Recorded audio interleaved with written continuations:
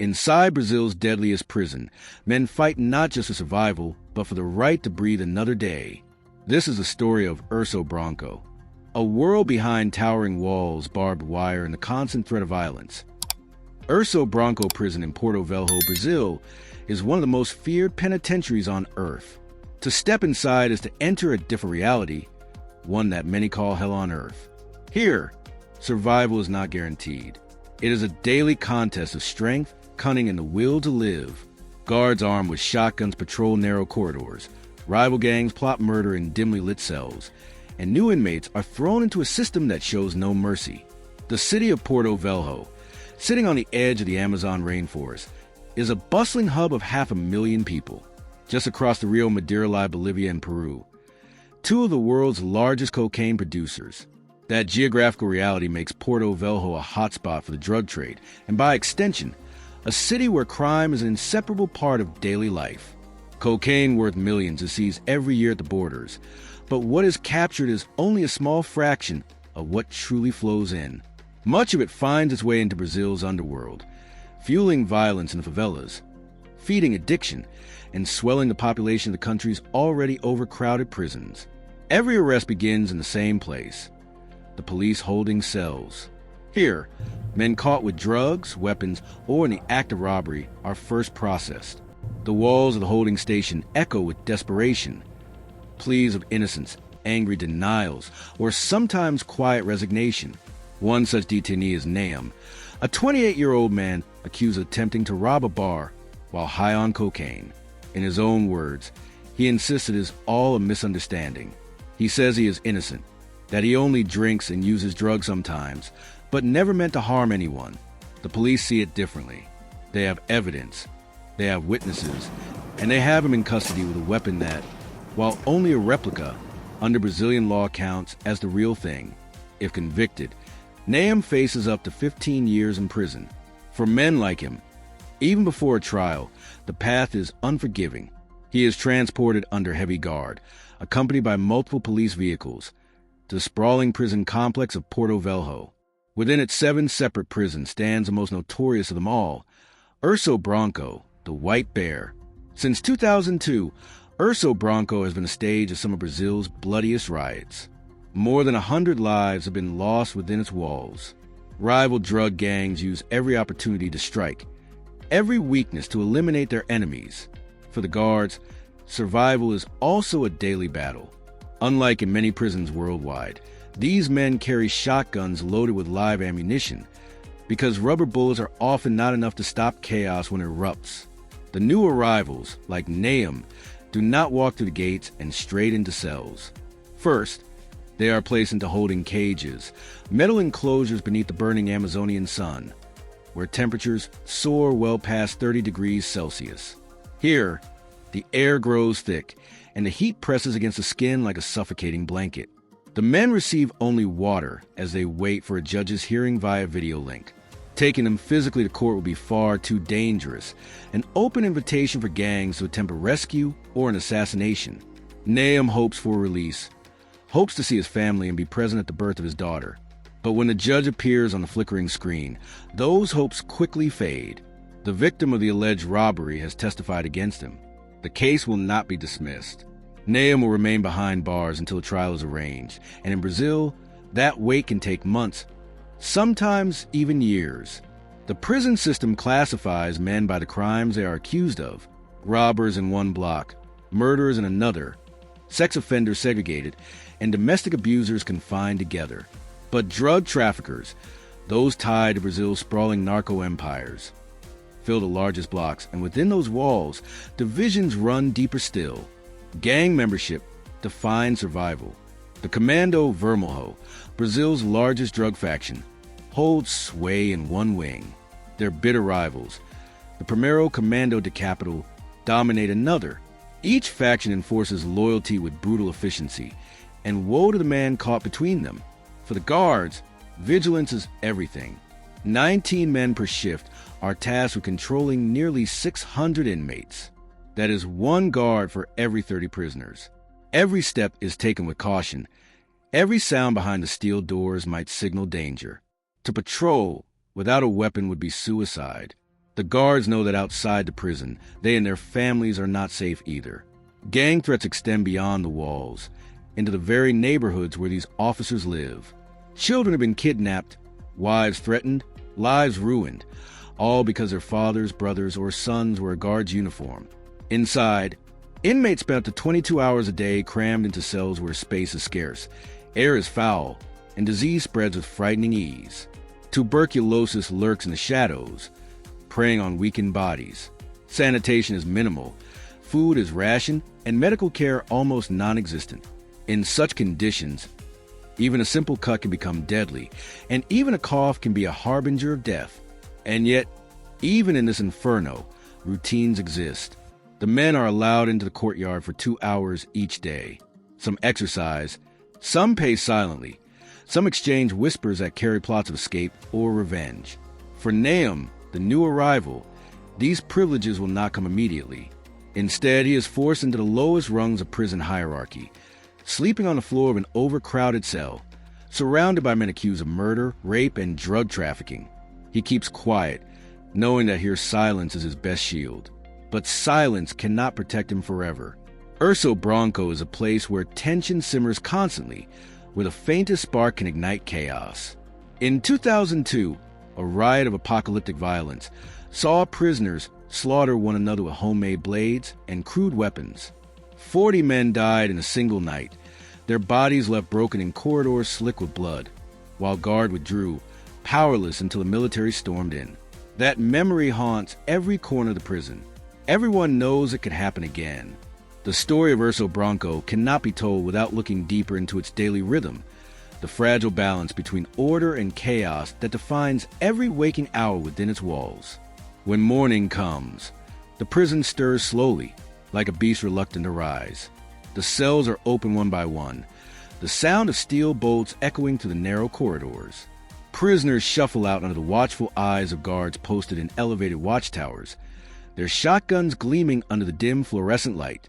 The men move in silence, heads lowered, not out of respect, but because here, every glance can be misinterpreted as a challenge. The first task of the day is roll call. Each inmate is counted and recounted, every number checked against the prison ledger. Mistakes are not tolerated. Guards bark names and numbers. Prisoners answer quickly, knowing hesitation can mean punishment. Only after the count is confirmed does the day truly begin. Breakfast is meager, stale bread, watery coffee, sometimes a small portion of rice or beans. Food is not nourishment here. It is survival. Inmates who cannot stomach the meals often rely on smuggled supplies. Small packets of sugar, salt, or oil brought into bribery or hidden in deliveries. Everything in Urso Branco has a price. A cigarette, a lighter, even a spoon can become a form of currency. For those affiliated with powerful gangs, the morning may bring a degree of safety. They gather with their faction, carving out corners of the yard or cells where their rules apply. But for the loners, for men like Nahum who have not yet proven themselves, the morning is filled with unease. Every movement is watched, every word weighed. Because in Urso Branco, weakness invites predators. The guards watch from above, perched in steel cages that overlook the courtyards. From these vantage points, they carry their shotguns, fingers resting lightly on triggers. The tension is constant, because one wrong move, an insult, a shove, a whispered threat, can erupt into violence that spreads like fire through dry leaves. Violence here is not always chaotic. Sometimes it is calculated, planned with precision by the gangs. A man may be targeted for a debt unpaid, for betraying his group, or for simply belonging to the wrong faction. The attack comes fast, with sharpened metal rods hidden in clothes, with knives carved from scrap. The guards rarely intervene until it is over. They know too well that stepping into fray without overwhelming force can mean their own deaths. Afternoons in Urso Branco are reserved for labor. Prisoners are divided into work groups, some sent to the kitchens, others to workshops where they sew uniforms or repair tools. These tasks are meant to keep men occupied, to reduce the idle hours when tempers flare. Yet the workshops also become breeding grounds for new weapons. A piece of steel here, a shard of glass there. Everything can be repurposed into something lethal. Guards search the men constantly, but contraband always finds a way through. For those in maximum security, however, there is no work, no freedom of movement. Their days are spent locked inside suffocating cells, with only the narrowest slit of sky visible through barred windows. 2 men to a cell, 3 at most, each condemned for crimes that even among murderers inspire fear. Their conversations circle endlessly. Memories of freedom, stories of violence, prayers whispered into the darkness. Among them are men who have earned reputations, even in a place like this. One, nicknamed Asses, was once the leader of a gang that terrorized Porto Velho. His word still carries weight, even behind bars. Guards treat him with caution, inmates with a mixture of fear and respect. In prisons like Urso Branco, power does not vanish with sentence. It mutates, adapts, and finds new ways to thrive. As evening approaches, the air in the prison grows heavy once again. The yard empties, the cells are locked, and men retreat into the suffocating heat of their crowded quarters. The noise is constant, shouting, laughter, weeping, metal scraping against concrete. Sleep comes only in fragments, interrupted by the clang of doors, by sudden shouts of alarm, by the ever-present tension that tomorrow could bring bloodshed. For the guards, night is no reprieve. They know that riots often begin after dark, when the heat of the day has passed and the cover of shadows offers a chance for revenge. Each night, they patrol the corridors with flashlights and loaded weapons, ears trained for faintest sound of movement behind the bars. And always, lingering in the background, is a memory of past uprisings. The massacre of 2002, when scores of prisoners were slaughtered in a single night, remains etched in every wall, in every whispered rumor. Survivors still speak of it in hushed tones, of how the floors ran red, of how the guards stood helpless until soldiers stormed the gates. That memory serves as both warning and prophecy. In Urso Branco, history is always ready to repeat itself. Inside the suffocating walls of Urso Branco, survival often comes down to alliances. The gangs that control its courtyards and cell blocks wield power far greater than any single prisoner could hope to achieve. Every inmate, no matter how tough or independent, eventually learns that belonging to a faction can mean the difference between life and death. The Commando Vermelho or Red Command is one of the strongest forces in the prison. Born in the slums of Rio de Janeiro decades earlier, this organization stretches its influence across Brazil into favelas, drug routes, and prisons alike. Even in a place as remote as Porto Velho, hundreds of miles from Rio, their reach is felt. Their members carry themselves with particular confidence, always surrounded by allies, always ready to enforce discipline. Their rivals, the Primeiro Commando de Capital, known simply as the PCC, are no less formidable. Originating in Sao Paulo, they began as a prisoners' rights movement, but quickly grew into Brazil's largest criminal syndicate. They're organized, disciplined, and merciless. In Urso Branco, PCC members form a tightly knit community, recruiting newcomers, protecting their own, and ensuring that no insult goes unanswered. Between these two giants, countless smaller factions carve out their own pieces of influence. Local gangs tied to drug routes across the Amazon, groups bound by neighborhood loyalties, and informal bands of men united simply by the need to resist. Each faction claims its own cells, its own tables in the yard, its own invisible lines drawn across the prison floor. Crossing one of those lines can ignite violence in an instant. For newcomers like Nahum, navigating this labyrinth of loyalties is dangerous. Without a faction, he is exposed. With one, he inherits their enemies. Inmates like him must tread carefully, offering no disrespect, keeping their heads down until they are noticed, whether for strength, usefulness, or vulnerability. Guards observe all of this from their watchtowers. They know which gangs control which blocks. They recognize the tattoos inked onto arms and chests, each a symbol of allegiance. They see the hand signals, the whispered conversations, the passing of notes hidden in food or clothing. But the truth is simple. They cannot stop it. The gangs are too deeply rooted. Sometimes, rivalries spill into the open. A man is cornered in the showers, cut down with sharpened blade hidden in a sandal. Another is dragged into a corner of the yard, beaten mercilessly until guards fire warning shots into the air. The violence is sudden, explosive, and always brutal. Afterwards, silence falls again as if nothing happened. Inmates return to their cells, and the cycle continues. Beyond the gangs, there are other divisions too. Men imprisoned for drug crimes or robbery might share meals and conversation with relative ease. But sex offenders and domestic abusers occupy a very different place in the hierarchy. They are outcasts, shunned and despised by nearly everyone. To reveal such a crime is to invite punishment, sometimes even death. For this reason, many conceal the true nature of their offenses, weaving stories of robberies or assaults to mask the truth. But lies do not last long in Urso Branco. The other inmates always find out. Punishments for dishonor are severe. A man caught lying about his crime may be beaten, extorted, or worse. Informants face even harsher fates. Rumors swirl of inmates disappearing during riots, their bodies never accounted for. In Urso Branco, betrayal is remembered and vengeance is certain. For the guards, these divisions serve a grim purpose. Rivalries, hatred, and fear keep the inmates from uniting against them, but this balance is delicate. A single spark, an insult, a killing, a debt unpaid, can shatter the fragile order and plunge the entire prison into chaos. As the days blur into weeks, men like Nahum settle into routines of survival. They eat when food is given. They exercise in the yard. They keep their eyes low and their voices soft. Yet in every corner, the threat of violence lingers. The next riot is not a question of if, but when.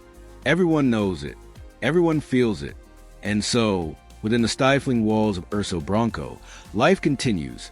A rhythm of fear, violence, and endurance, where each day survived is a small victory in a place where so many have lost everything.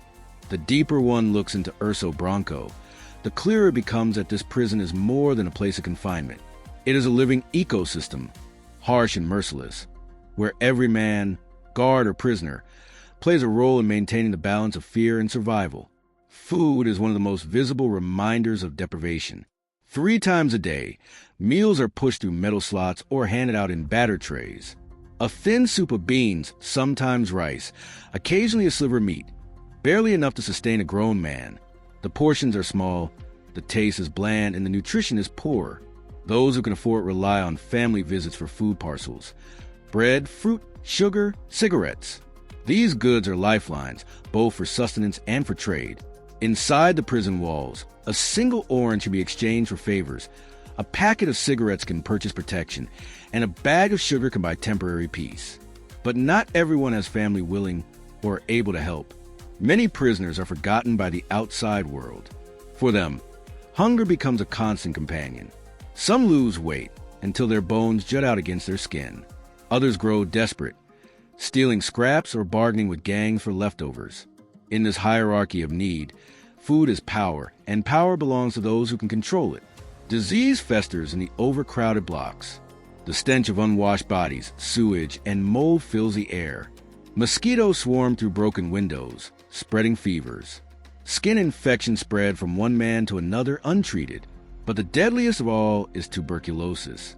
Passed through the air, it moves silently, unnoticed until a cough turns into blood and weakness consumes a body.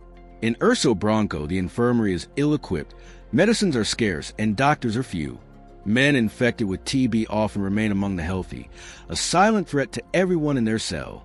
For some, the diagnosis is a slow death sentence, endured within walls already steeped in misery. Corruption, too, seeps into every corner of the institution. Guards are underpaid and under constant pressure, not just from their superiors, but from the gangs themselves. A smuggled phone, a packet of drugs, a small weapon, all can find their way inside with the right bribe. Some guards resist, but many succumb.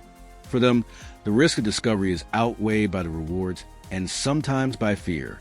When a gang threatens the safety of a guard's family, smuggling is no longer a choice, but form of survival. Phones are perhaps the most valuable contraband of all. Inmates use them to coordinate drug deals on the outside, to order attacks, to manage networks that extend far beyond the prison walls. A single call made from inside Urso Branco can set in motion violence in the streets of Porto Velho or even across state borders. For the gangs, Prison walls do not end their power. They simply change the location of command. Punishment is the other side of this coin. When guards discover contraband, when an inmate breaks a rule or challenges authority, the consequences are swift. Men are dragged from their cells, beaten, locked in solitary confinement for days on end. Solitary is a room barely large enough to stretch your arms, dark and suffocating, with no bed, no toilet beyond a bucket, and no sound but the beating of your own heart. After days inside, prisoners emerge dazed, trembling, eyes red from darkness, some whispering that they heard voices speaking to them from the walls. Yet even these punishments pale beside the memory of Urso Branco's infamous riots. In 2002, the prison erupted into a massacre that scarred its name forever. Rival gangs clashed in a fury of blades and fire, turning corridors into rivers of blood. At least 40 men died in a single night, hacked to pieces, burned alive, strangled with makeshift garrotes. Survivors spoke of bodies piled in corners, of guards retreating in terror, unable to restore control until soldiers stormed the gates with rifles. For days afterwards, the stench of death lingered in the blocks, a reminder of just how quickly order can collapse into carnage. Every prisoner who lives in Urso Branco today carries that story with him. They know it happened once, and they know it can happen again. Guards whisper about it, too. It is a shadow that hangs over every decision, every confrontation, every tense moment in the yard. In this place, the line between routine and riot is thinner than anywhere else on earth. And so life continues. Days stretch into weeks, weeks into months. For men like Nahum, caught in the system before trials even begun, time becomes an endless cycle of fear, hunger, and waiting. For those serving long sentences, the years blur into one another, each day no different from the last.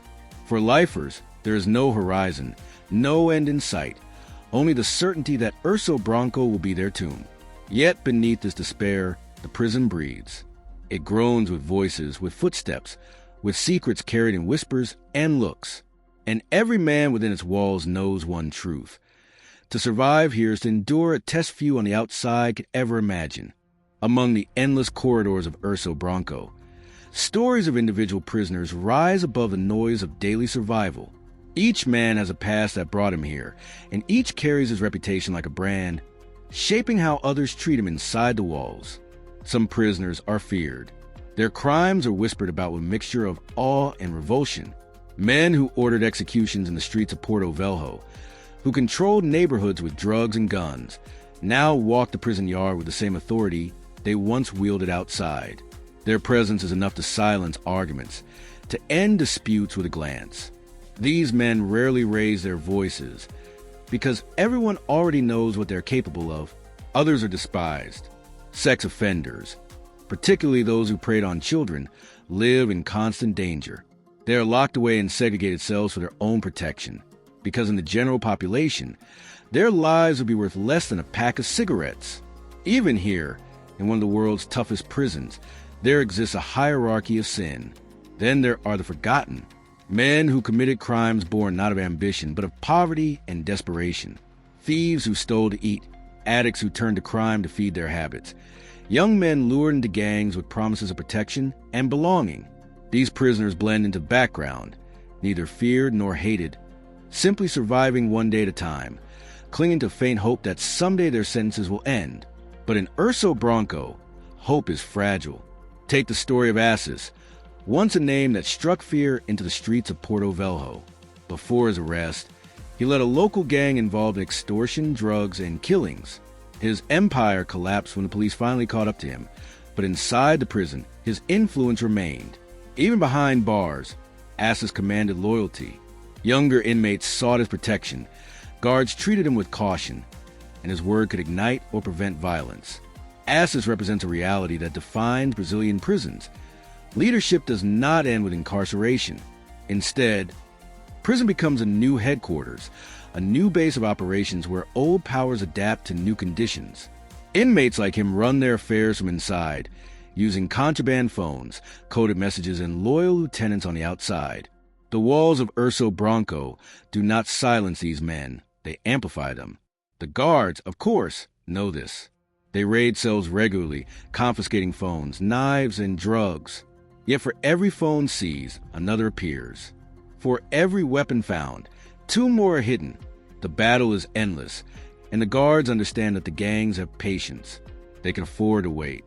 For prisoners like Nahum, who entered on a robbery charge, the presence of men like Assis is terrifying and instructive. He quickly learns to watch the dynamics of power, who eats first in the yard, who controls the flow of contraband, who speaks and who listens. Aligning with the wrong faction could seal his fate. Staying neutral might keep him alive, but it might also mark him as weak. In Urso Branco, neutrality is rarely respected. Nahum is not alone in this struggle. Many new arrivals share his uncertainty, thrust into a world where every decision has consequences. Some find themselves recruited by gangs within days, pulled into a life of smuggling and violence. Others resist, trying to serve their time quietly, but even silence can be dangerous. In a place where respect is a currency of survival, being invisible is often impossible. The guards walk among them like shadows, enforcing discipline with stern commands and ever-present shotguns. They know the tension is constant. They know that all it takes is a single spark for the prison to erupt. And they know that when it does, they may not be able to contain it. Beyond the daily struggles of food, gangs, and discipline, the prison also reflects the larger crises of Brazil itself. The country is locked in a war with drug cartels that span cities, forests, and borders. Urso Branco is just one battleground in a much larger conflict, one where the state and the underworld clash endlessly, and where prisons become staging grounds for wars that spill out into the streets. The cycle is endless. Young men drawn into gangs, arrested, sent to prison, hardened further, and then released to continue the fight.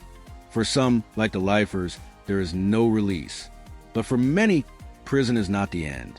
It is only an education in brutality, a place where violence is sharpened, loyalties are forged, and future wars are planned. Urso Branco stands as both a cage and a crucible, shaping the men who enter it and sending them back into the world with new scars, new lessons, and often new crimes to commit. It is a place where the line between punishment and perpetuation blurs, where the state's attempt to control crime only feeds its growth.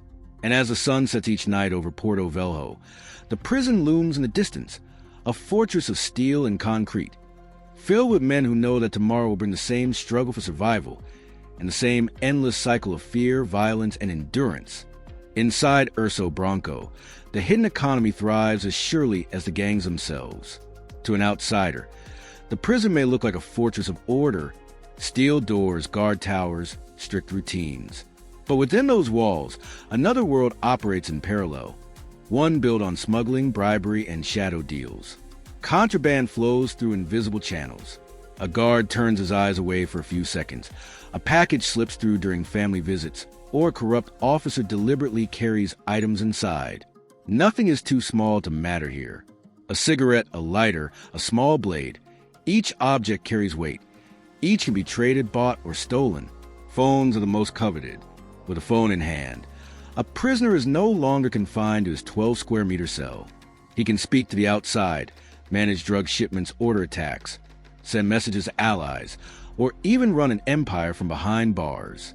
Phones are expensive, but the gangs always find ways to afford them. Some are hidden in false walls, others buried under floors, wrapped in plastic to evade searches. When one is discovered, another quickly takes its place. Drugs, too, enter the prison. Tiny packets of cocaine, marijuana rolled into thin sticks, pills hidden in clothes, all find their way through.